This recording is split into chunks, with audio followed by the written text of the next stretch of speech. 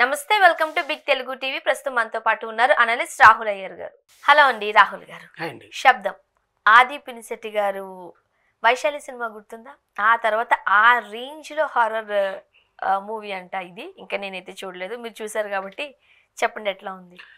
శబ్దం అందరిని నిశ్శబ్దానికి గురి చేసేస్తుంది అనమాట థియేటర్లో. అంటే శబ్దం అంటే ఏంటి? నాయిస్. అవును, నాయిస్ ఉంటేలా ఉంటుందేమో అని అనుకున్నారు. అసలు యాక్చువల్గా seriously I didn't watch the trailer also until I go to movie. నేను ట్రైలర్ చూడకుండా వెళ్ళిన ఫస్ట్ సినిమా ఇది.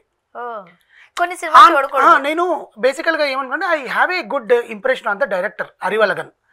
వైశాలి సినిమా ఒక వాటర్ నీరే దెయ్యం.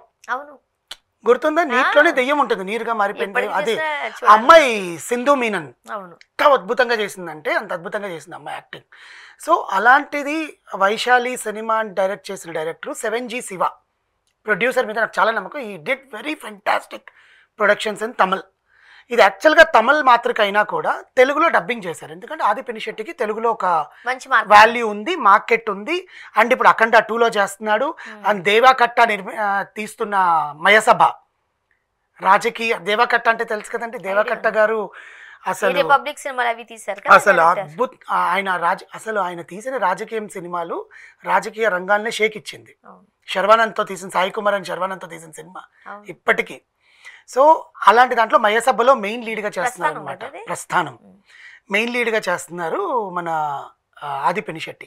So he has a very good market. సరైనోడితో ప్రూవ్ చేసుకున్నారు. తెలుగు అబ్బాయి, రవిరాజ పినిశెట్టి గారు అబ్బాయి బేసికల్లీ.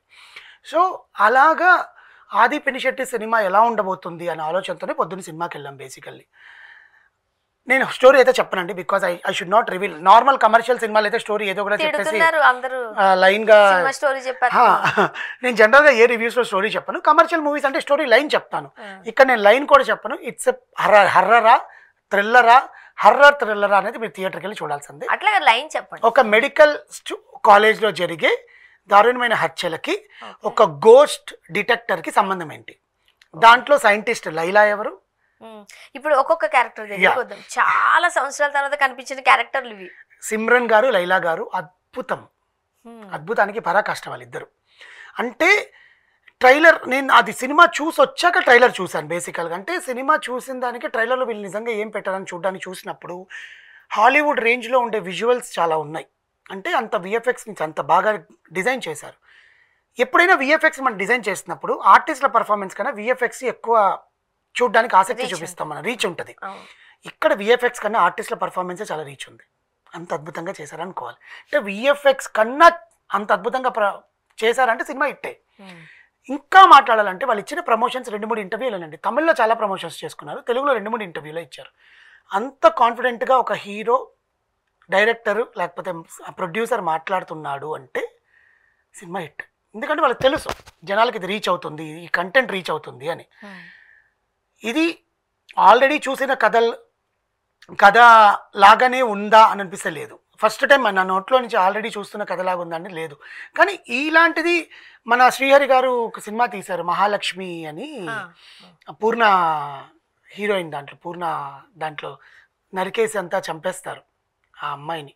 పూర్ణ దాంట్లో హీరోయిన్ లాయర్ క్యారెక్టర్ చేస్తాను అనమాట. డాక్టర్ని ముక్కలుగా నరికి చేసేయడం ఒకటి.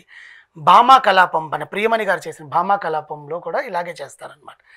అలాగా ఒక కాలేజ్లో జరిగే హత్యలకి ఒక గోస్ట్ డిటెక్టర్ ఎందుకు వచ్చాడు? హత్యలు జరిగితే పోలీస్ డిపార్ట్మెంట్కి కదా కంప్లైంట్ ఇవ్వాలి. మరి గోస్ట్ డిటెక్టర్ ఎందుకు వచ్చాడు? ఆ గబ్బిలాలు ఎందుకు ఉన్నాయి అక్కడ? సైంటిస్ట్ ఎందుకు చనిపోయింది? సైంటిస్ట్కి అసలు సంబంధం ఏంటి? అసలు ఎవరి గోస్ట్ డిటెక్టరు? ఫస్ట్ ఆఫ్ మొత్తం సీట్ ఎడ్జ్లో కూర్చొని చూస్తారండి. అసలు తమన్ ఇచ్చాడు మ్యూజిక్. అసలు బాలకృష్ణ గారికే ఊఫర్లు పగిలిపోతాయి, డాల్బీ అట్మాస్లు కూడా పనికిరావు అనుకున్న దానికి గోస్ట్ అంటే హర్రర్ పిక్చర్స్కి కావాల్సింది ఏంటి? ఆ సౌండ్తోనే కదా మనం భయపడతాం. నాకు డార్క్ కన్నా చాలా సినిమాలు వచ్చినప్పటికీ కూడా నాకు థియేటర్లో చూసిన గంగా సినిమా గుర్తుందా? మీరు గంగ ఏంటండి, మేము కాంచనా మాట్లాడతా. ఇప్పుడు మీరు చెప్పాలంటే సత్యం థియేటర్లో ఆ టైంలో అసలు హర్రర్కి తెరలేపింది కాంచనా. నాకు గంగా చాలా భయం అనిపించింది. మీరు కాంచనాలో మేము సత్యం థియేటర్ చూసామంటే ఒక చిన్న ఎగ్జాంపుల్ ఇది. ఇప్పుడు AAA సినిమాస్ ఉంది కదా, దాని ముందు సత్యం థియేటర్ అది యాక్చువల్గా. స్టూడెంట్స్ అంతా వాళ్ళు అక్కడ ఎక్కువ వస్తారనమాట. అంటే మేమంతా ఒక గ్యాంగ్, ఒక 50 మెంబర్స్ వెళ్ళాము ఆ థియేటర్కి. వాడు హర్రర్ సినిమాలకి డోర్ లాక్ వేసేస్తాడు. వెనకాల డోర్ ఇంటర్వెల్ అసలు ఎక్కడైతే సీన్ వస్తుందో ఏమన్నా భయపడి బయటకు వెళ్తారు కదా, వాడు డోర్ లాక్ వేసేస్తాడు. వాడు బయట బోర్డు కూడా పెడతాడు, మేము హర్రర్ సీన్స్ వచ్చినప్పుడు డోర్ లాక్ వేస్తామండి, మీరు ఉంటేనే టికెట్ కొనుక్కోండి అని చెప్పి.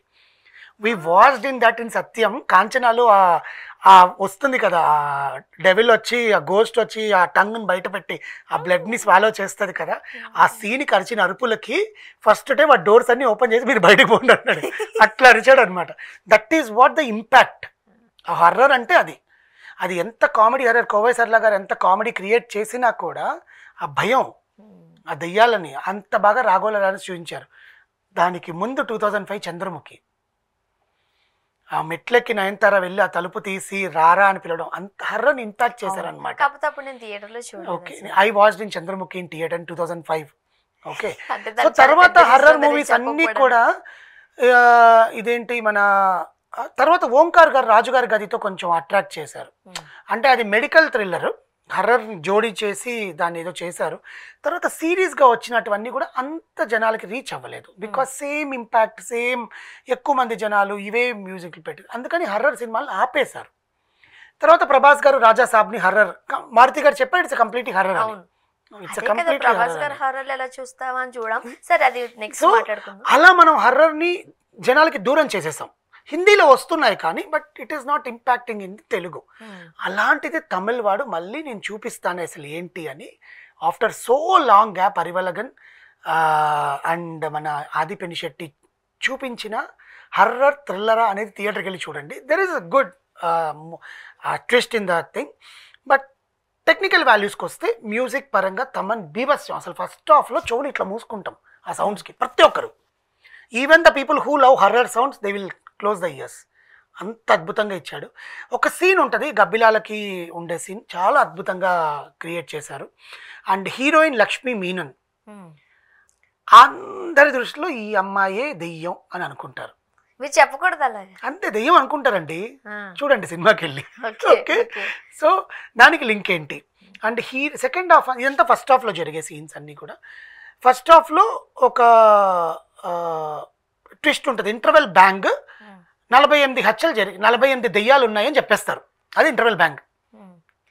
ఆ దెయ్యాలు ఎవరు, ఆ 48 మంది ఎవరు అనేది సెకండ్ హాఫ్.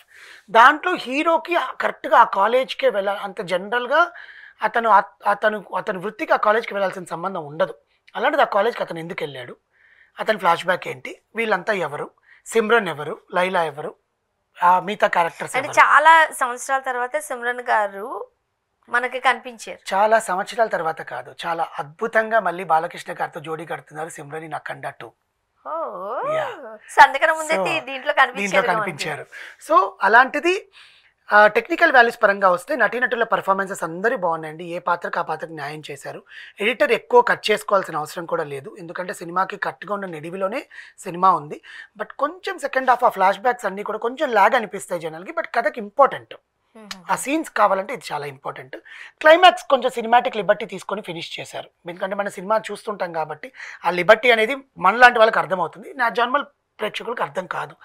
బాగానే ఉంటుంది. బట్ ఎవరైతే ఆకలి మీద ఉండి మేము మంచి సినిమాలు రావట్లేదు మాకు ప్రేక్షకులు, అసలు శివరాత్రికి మాకు సినిమాలు రాలేదు, సమ్మర్ కూడా వచ్చేసింది, ఎండలో అసలు ఏం చేయాలి అనుకున్న వాళ్ళకి, ఎందుకంటే మనకి ఇప్పుడు April 25 దాకా ఏ సినిమాలు లేవు, సో ఈ సినిమా ఖచ్చితంగా చూడొచ్చు. 3.5 రేటింగ్ ఇచ్చుకోవచ్చు. Thank you so much.